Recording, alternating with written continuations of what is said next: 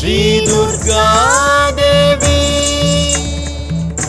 தன்னுடைய பலத்தினால் ஆணவம் கொண்ட காலதேவன் துர்க்கையின் யாகத்திற்காக துர்க்கையின் சொரூபமான 9 கன்னியரை மானபங்கம் செய்து விடுவதாக மிரட்டினார். நீசனே, உன்னை தொட அனுமதிக்க மாட்டோம். அப்படி ஒரு நிலை ஏற்பட்டால் என் உயிரை தியாகம் செய்யவும் தயாராக உள்ளோம். அந்த கன்னியர்கள் அக்னியில் விழுந்து உயிரை மாய்த்துக் கொண்டார்கள். காலதேவனுக்கு சாபமும் கொடுத்தார்கள்.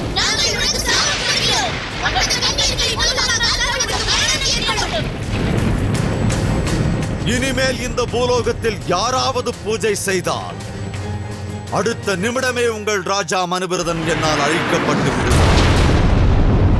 நிராசையில் இருந்த மனுவிரதன் அன்னை துர்காதேவியின் உதவியை நாடினான். தாயே, அன்னை மகேஸ்வரி, நான் என்ன செய்வேன் தாயே, நான் என்ன செய்வேன்? தேவலோகத்தில் மும்மூர்த்திகளும் சேர்ந்து காலதேவனை அடக்கும்படி அன்னை துர்காதேவியிடம் முறையிட்டனர்.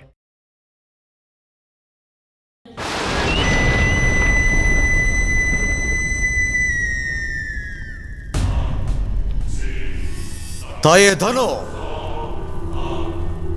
இந்த காலதேவன் கிரகங்களையே மாற்றி அமைப்பவர். அந்த மனுவிரதனின் சக்தியையும் நம்பிக்கையையும் எடுத்து விட்டேன். பூலோகத்தில் வாழும் மக்களில் ஒருவர் கூட பூஜை செய்ய வேண்டும் என்ற எண்ணத்தை கனவில் கூட நினைக்க மாட்டார்கள். துடித்து துடித்து தேவர்கள் சாகப் போகிறார்கள்.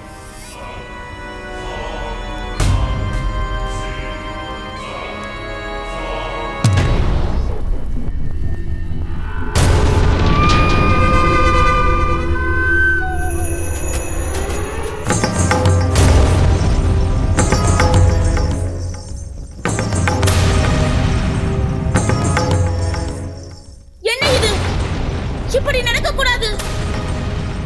என்னவாயிற்று அன்னை தனோ? காலதேவா, நீ போரில் வெற்றி பெற்று திரும்பி விட்டாய். ஆனால் என்னுடைய ஜோதிட குறிப்பு சொல்கிறது, நீ உன் தலையின் மீது மிகப்பெரிய பாவத்தை சுமந்து கொண்டு வந்திருக்கிறாய் என்று.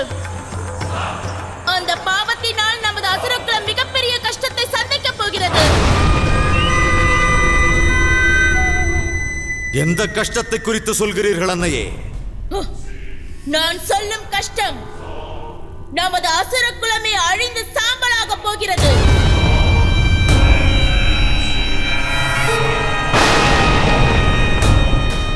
இந்த முறையும் நான் மனித இனத்தை காலதேவனின் பிடியிலிருந்து காப்பதற்காக மானிட பெண் ரூபத்தில் ரிஷி காத்யாயனி அவர்களின் புதல்வியாக தரணியில் அவதாரம் எடுப்பேன்.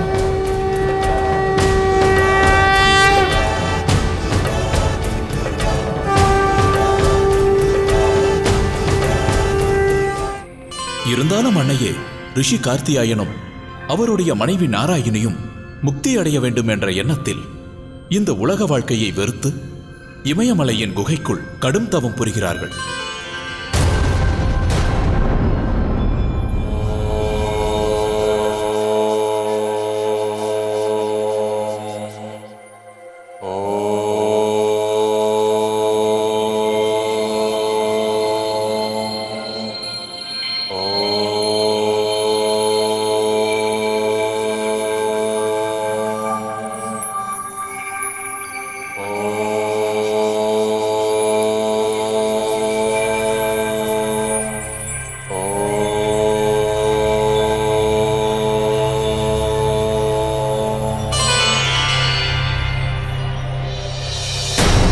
மகரிஷியும் அவருடைய மனைவியும் முக்தி அடைய வேண்டி தவம் புரிகிறார்கள்.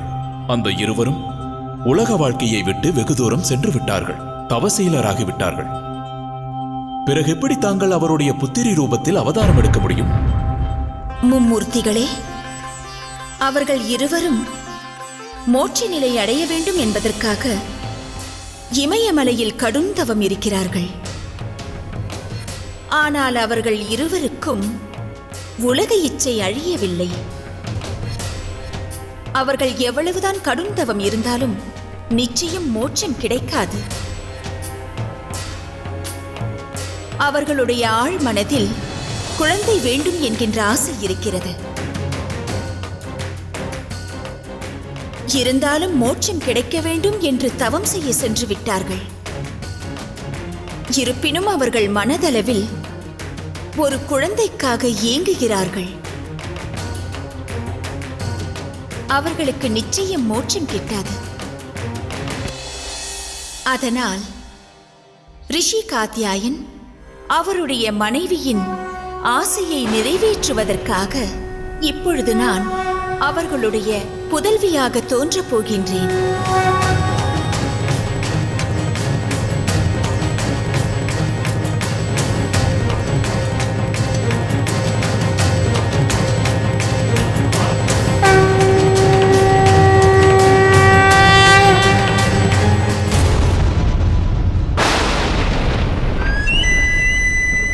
அன்னை பாதாள பைரவியே, 9 கன்னியர்களின் அவதாரம். அப்படியென்றால் அதன் அர்த்தம் என்னவென்று சொல். அதுவும் தேவியின் அவதாரம் தானே? அப்படி ஒரு சாபத்தை நிறைவேற்ற ஒரு தேவியின் அவதாரத்தால் தான் முடியும். உண்மையை சொல்.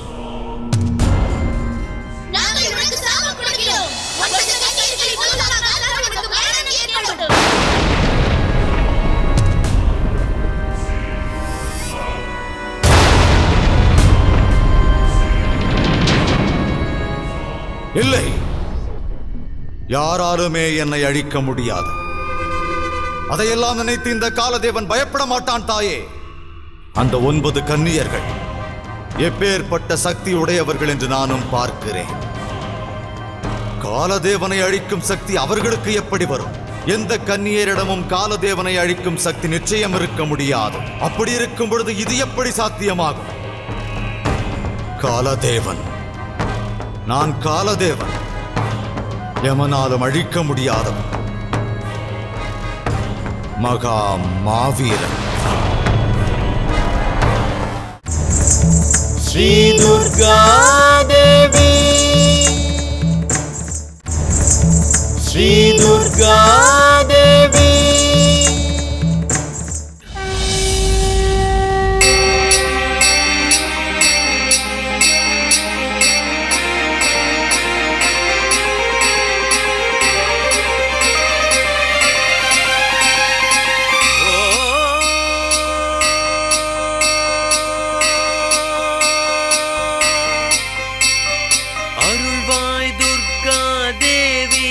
ஜகம் காக்க வருவாய்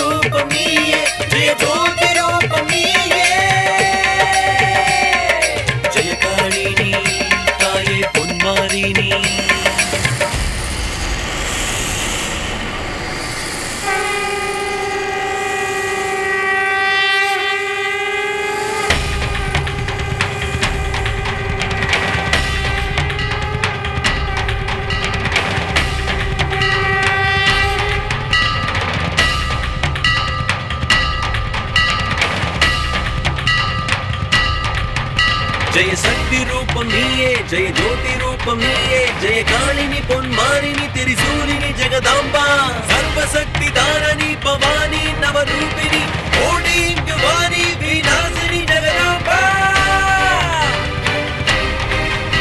ஜெய சக்தி ரூபம் நீயே, ஜெய ஜோதி ரூபம் நீயே, ஜெய காளினி பொன்மாரினி திரிசூலினி ஜெகதாம்பா, சர்வசக்தி தாரணி பவானி நவரூபிணி, ஓடி இங்கு வாணி விநாசினி ஜெகதாம்பா.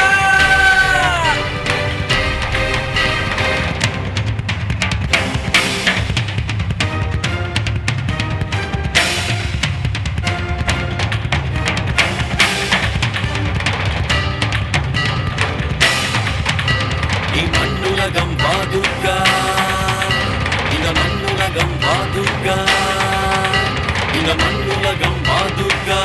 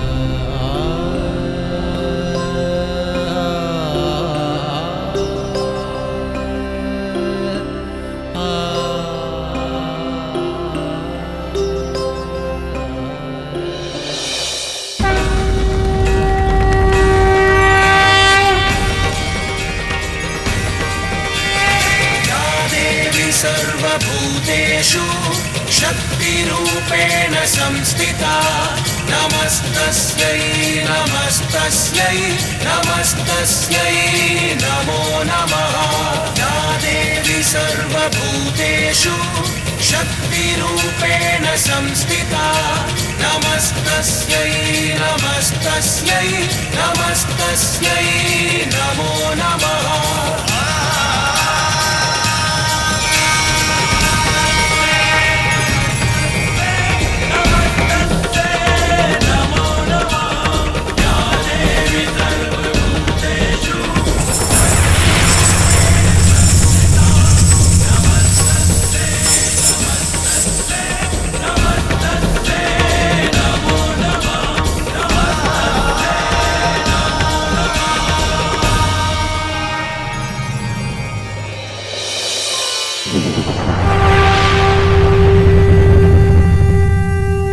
மனுவிரதா, நீ எப்பொழுதுமே சத்தியம் தர்மத்தின் வழி நடக்கின்றாய்.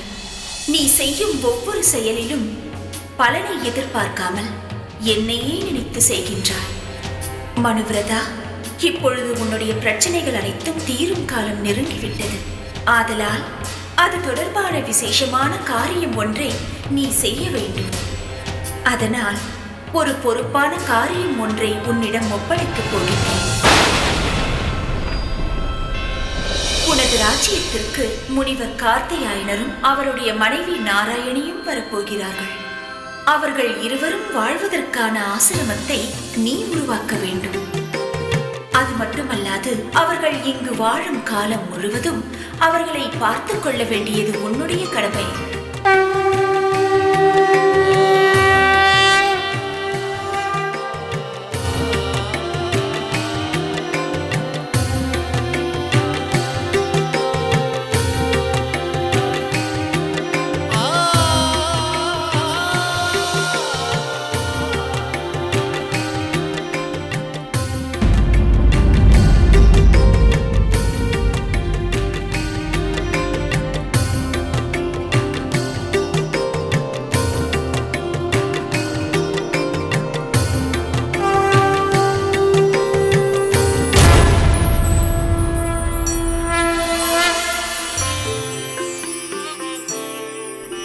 அன்னை துர்க்கையின் மாயை என்னவென்று புரியவில்லையே. நாராயணியின் வயிற்றில் ஏதோ ஒரு திவ்ய ஒளி வீசுகிறதே. எனக்கென்னவோ சம்பூர்ண சிருஷ்டியில் ஏதோ குறை நிகழ்ந்தது போல் தோன்றுகிறது.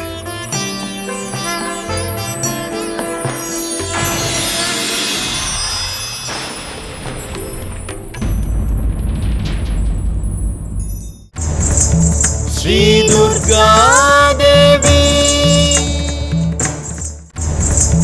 ஸ்ரீ துர்கா தேவி.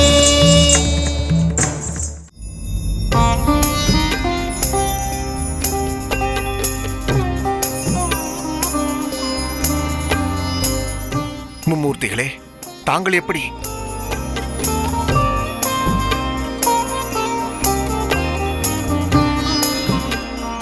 தங்களை தரிசித்ததால் நான் தன்யனானேன். என் வாழ்க்கை முழுமையடைந்து விட்டது.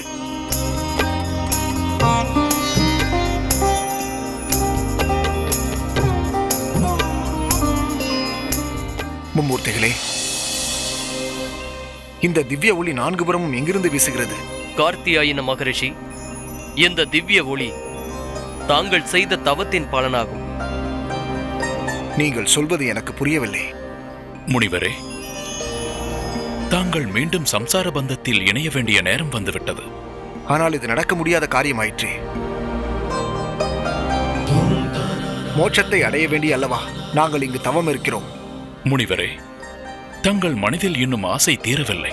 அதனால் உங்களுக்கு மோட்சம் கிடைக்காது.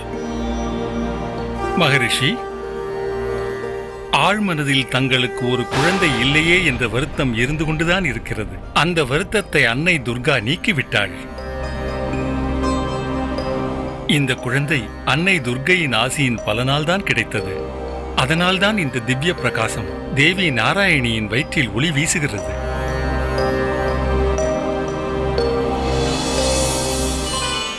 ஆமாம் முனிவரே, தங்களுக்கு இந்த குழந்தை பிறப்பதன் மூலமாக தாங்கள் இத்தனை காலம் மோட்சம் வேண்டி தவம் இருந்தீர்கள் அல்லவா? தங்கள் இருவரின் அந்த ஆசையும் நிச்சயம் நிறைவேறும். எங்களின் நீண்ட நாள் ஆசையான குழந்தை பாக்கியத்தை கொடுத்து அன்னை துர்க்கை எங்கள் மேல் கருணையை பொழிந்து விட்டாள். உங்கள் மூவருக்கும் என் கோடான கோடி நமஸ்காரங்கள், கோடான கோடி நமஸ்காரங்கள்.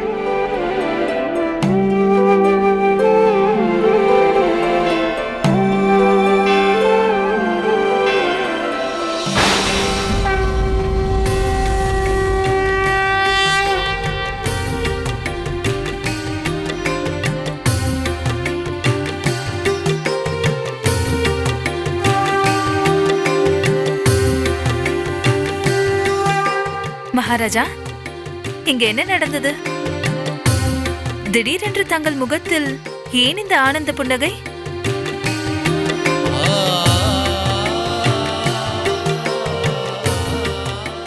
அன்னை துர்கா நேரில் வந்து காட்சி அளித்தாள். அன்னை காட்சி தந்தது மட்டுமல்லாமல் மகரிஷி கார்த்தியாயனர் வசிப்பதற்கு ஆசிரமம் அமைத்து தரும்படி கட்டளையும் இட்டார்.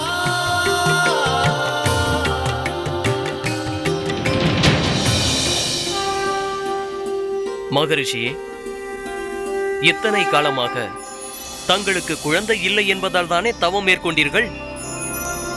அந்த ஆசை இப்போது நிறைவேறப் போகிறது.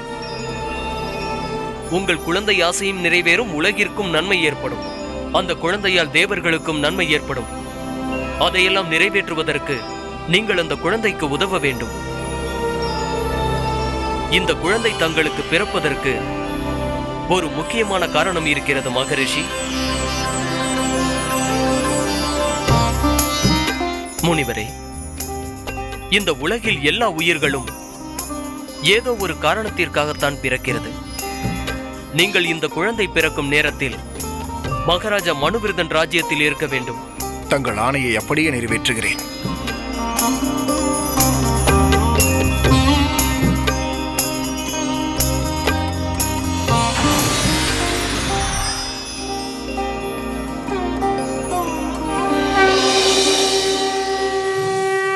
நம் நாட்டிற்கு வரப்போகும் மகரிஷிக்கு அருமையான ஆசிரமம் அமைக்க வேண்டும்.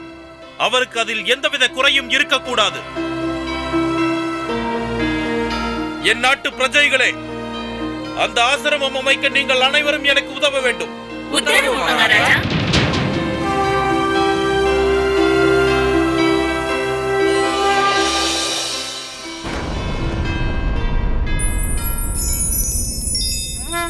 நாராயணி, எழுந்திரு நாராயணி.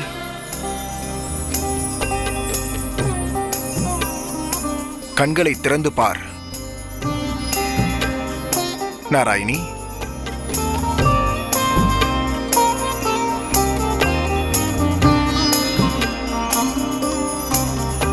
சுவாமி, திடீரென்று தவம் செய்து கொண்டிருக்கும் என்னை ஏன் எழுப்பினீர்கள்?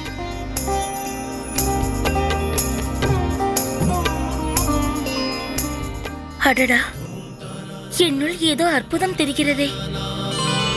தெய்வ சக்தி என்னுள் எப்படி வந்தது சுவாமி?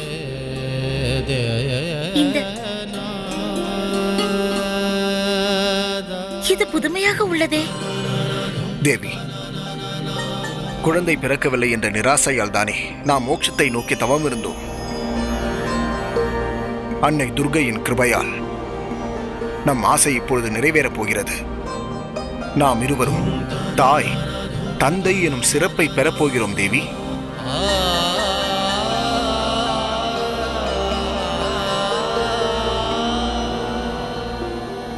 அன்னை துர்கா தேவியே, உன் கருணையை என்னவென்று சொல்வேன்? என் நன்றியை ஏற்றுக்கொள்ளுங்கள் தாயே. கூறுங்கள் துர்க்கை அன்னை, துர்க்கை அன்னை, துர்க்கை அன்னை.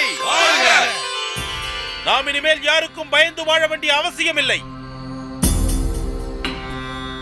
நாம் இனிமேல் யாருக்கும் பயப்படாமல் நம் பூஜை புனஸ்காரங்களை செய்யலாம்.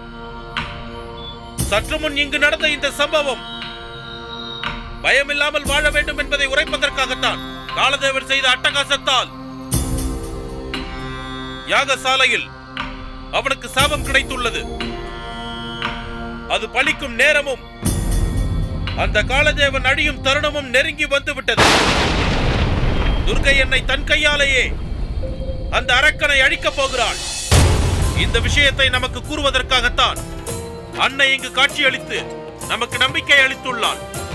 அன்னையின் அவதாரத்தால் அசுர குலமே நிச்சயமாக அழிந்து சாம்பலாக போகிறது. கூறுங்கள் துர்க்கை அன்னை, துர்க்கை அன்னை, துர்க்கை அன்னை.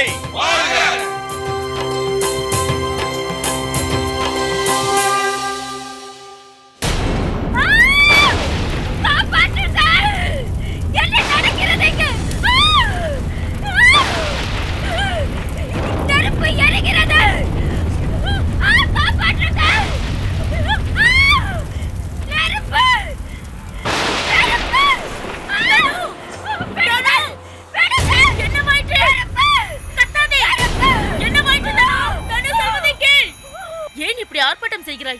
இங்கு எதுவும் நடக்கவில்லை. எப்பொழுதும் போல்தான் இங்கு எல்லாம் இருக்கிறது. என்னவாயிற்று தனு? சொல், என்னவாயிற்று?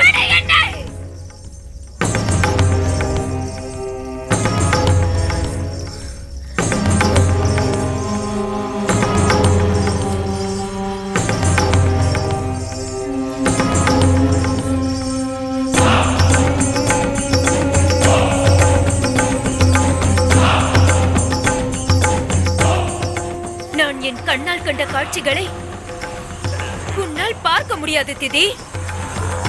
எந்த அழிவுகளை நான் கண்டேனோ அதை நீ பார்க்க என்னுடைய மந்திர சக்தி கண்களை பெற வேண்டும். இப்பொழுது நான் கண்ட அழிவுக்கான காட்சிகள் ஏதோ ஒரு ஆபத்து வரும் என்பதை உணர்த்துகிறது. எங்கேயோ ஒரு இடத்தில் சக்தியின் அவதாரம் நிகழ்ந்து விட்டது. துர்க்கை அவதரித்து விட்டாள். அவளின் குறிக்கோள் அசுரர்களையும் ராட்சசர்களையும் அழிப்பதுதான். அன்னை அவதரித்து விட்டாள். அழிவு ஆரம்பமாகிவிட்டது. முடிந்து விட்டது நமது ஆட்டம். அந்த சக்தி பூமியில் அவதரித்து விட்டாள். நமக்கு அழிவு காலம் நெருங்கிவிட்டது.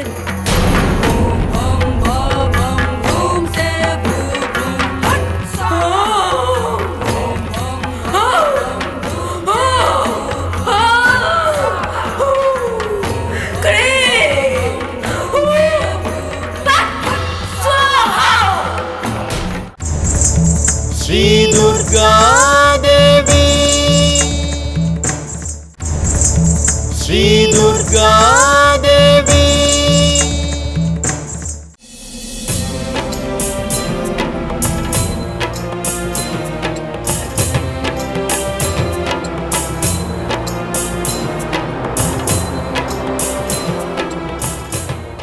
அசுர சேனைகளே,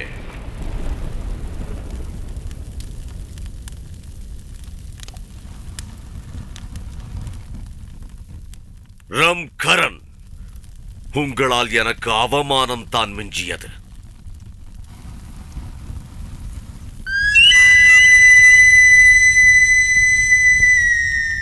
நான் பூலோகத்தில் நடந்து கொண்டிருந்த பூஜையை தடுத்து நிறுத்திவிட்டேன்.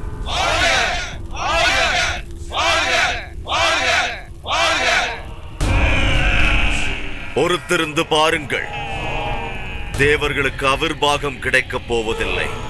அவர்கள் அனைவரும் கொஞ்சம் கொஞ்சமாக வலுவிழக்கப் போகிறார்கள். ரம்கரன், இங்கிருக்கும் அசுரர்கள் அனைவருக்கும் இதுதான் என் கட்டளை. தேவர்களை கண்காணியுங்கள். சரியான சந்தர்ப்பம் கிடைத்தவுடன் ஆட்சியை கைப்பற்றி அவர்கள் அனைவரையும் அழித்து சாம்பலாக்கி விடுவோம். அதற்கு பிறகு சொர்க்கம் தேவர்களுக்கு சொந்தமில்லை, நமக்கு மட்டும்தான் சொந்தம். இந்த காலதேவனின் ஆட்சி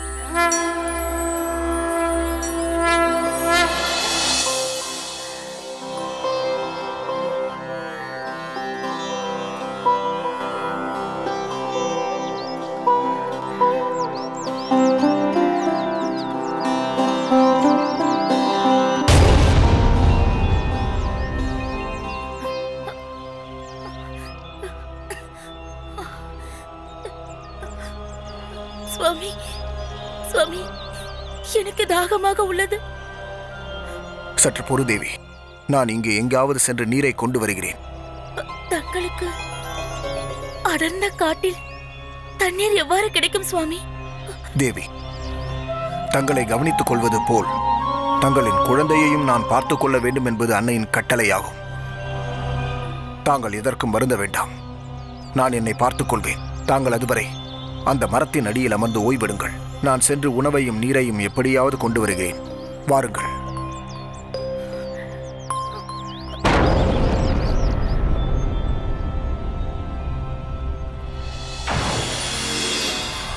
இங்கு அமருங்கள்.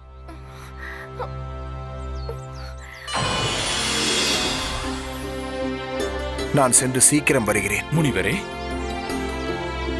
இந்த அடர்ந்த காட்டிற்குள் இருவரும் என்ன செய்கிறீர்கள்? வணிகரே, என் மனைவி கர்ப்பமாக இருக்கிறாள். நாங்கள் இருவரும் மகாராஜன் மனுவிரதனின் ராஜ்யத்தை நோக்கி செல்கிறோம். இங்கு எங்காவது உணவும் நீரும் கிடைக்குமா? என் தர்ம பத்தினி பசியாலும் தாகத்தாலும் தவிக்கிறாள். தவசீலரே, தாங்கள் உணவுக்காக எங்கும் செல்ல வேண்டாம். இந்த வியாபாரியிடம் பழங்களும் பருக நீரும் உள்ளது. அதை தங்களுக்கு நான் தருகிறேன். தயவு செய்து ஏற்றுக்கொள்ளுங்கள்.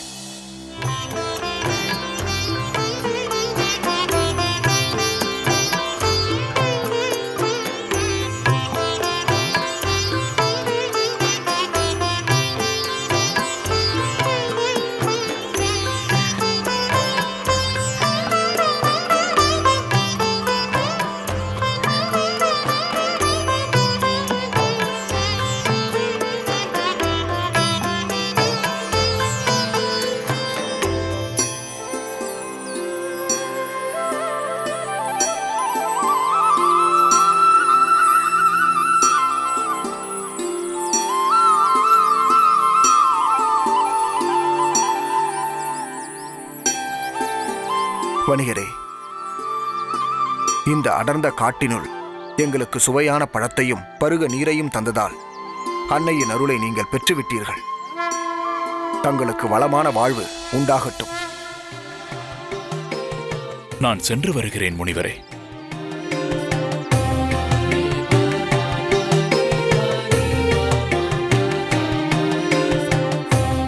எல்லாம் துர்க்கையின் அருள்.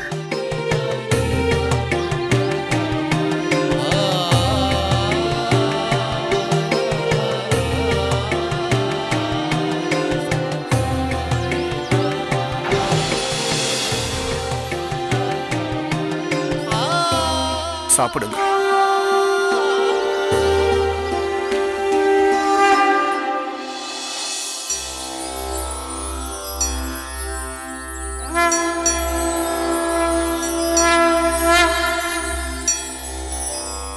தேவர்களே, பூலோகத்தில் நடக்கும் லீலையை பாருங்கள். இன்னும் அன்னை துர்கா தேவி பிறக்கவே இல்லை. அதற்குள் மும்மூர்த்திகளும் சேர்ந்து சேவை செய்து புண்ணிய பலன்களை பெற்றுவிட்டார்கள்.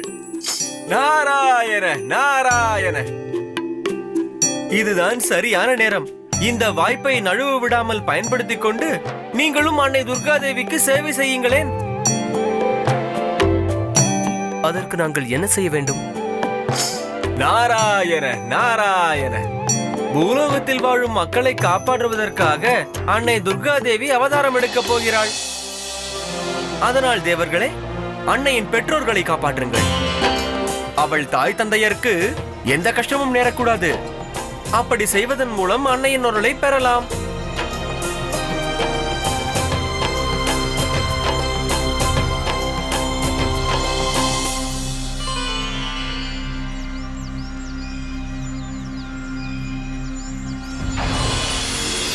நாராயண நாராயண.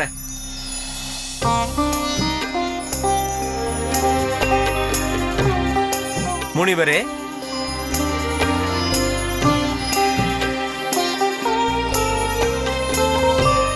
முனிவரே, தாங்கள் இருவரும் ஏதோ முக்கியமான காரியத்திற்கு செல்வது போல் எங்களுக்கு தோன்றுகிறது. ஆமாம் முனிவரே, நானும் என் பத்தினியும் மகாராஜன் மனுபிரதனின் ராஜ்யத்தை நோக்கி செல்கிறோம். இது சந்தோஷமான விஷயம்தான். ஏனென்றால் நாங்களும் அவருடைய ராஜ்யத்திற்குத்தான் இப்பொழுது சென்று கொண்டிருக்கிறோம். தாங்கள் உத்தரவு கொடுத்தால் தங்களுடனேயே நாங்களும் வருகிறோம். பேசிக்கொண்டே நடப்பதனால் நாம் சீக்கிரம் ராஜ்யத்தை அடைந்து விடலாம்.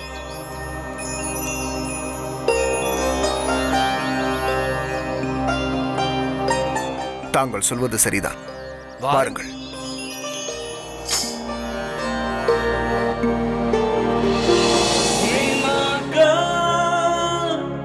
உன் பெருமை அதை சொல்வோம் நாமே.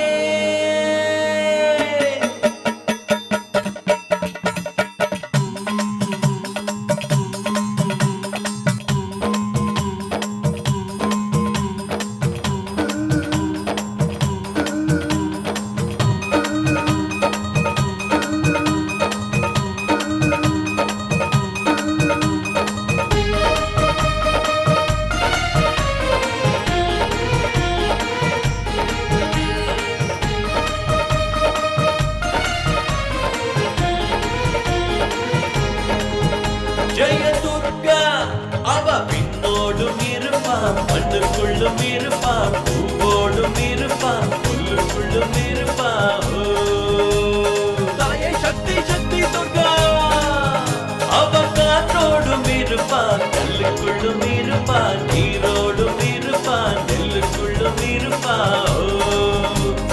தாயே சக்தி சக்தி துர்கா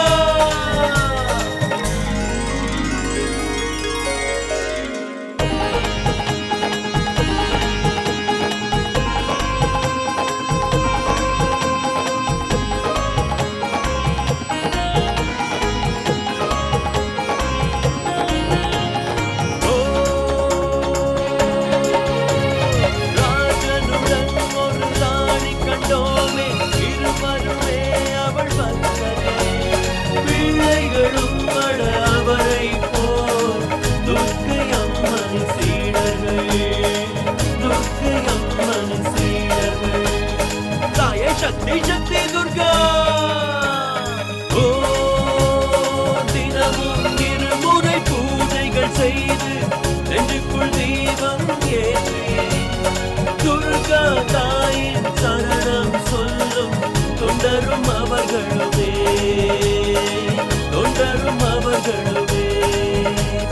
சொல்வோம் ஸ்ரீ துர்காவை ஸ்ரீ துர்கா அவள் இங்கே உன்னோடும் இருப்பாய் என்னோடும் இருப்பாய் நம்மோட இருப்பாய் தாயே சக்தி சக்தி துர்கா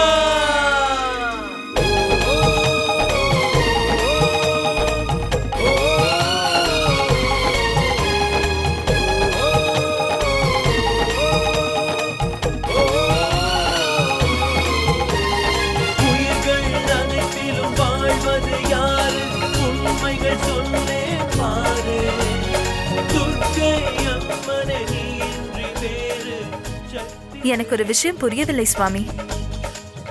அன்னை துர்காதேவி நம்மிடம் இங்கு ஆசிரமம் அமைக்க வேண்டும் என்று ஏன் உத்தரவிட்டார்? அதுவும் இல்லாமல் ரிஷி கார்த்தியாயனர் திடீரென்று இமயத்திலிருந்து நம் ராஜ்யத்திற்கு வருவதனால் என்ன பிரயோஜனம்?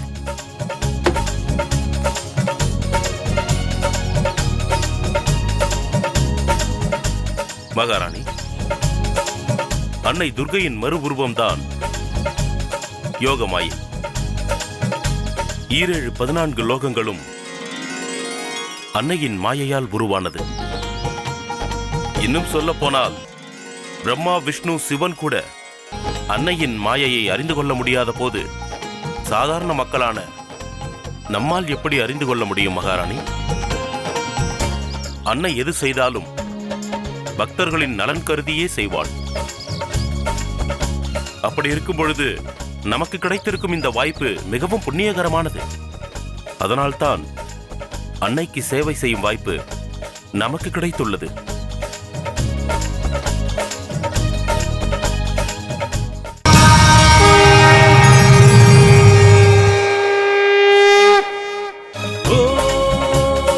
தினமும் இருமுறை பூஜைகள் செய்து நெஞ்சுக்குள் தீபம் ஏற்றி துர்கா தாயின் சரணம் சொல்லும் தொண்டரும் அவர்களுமே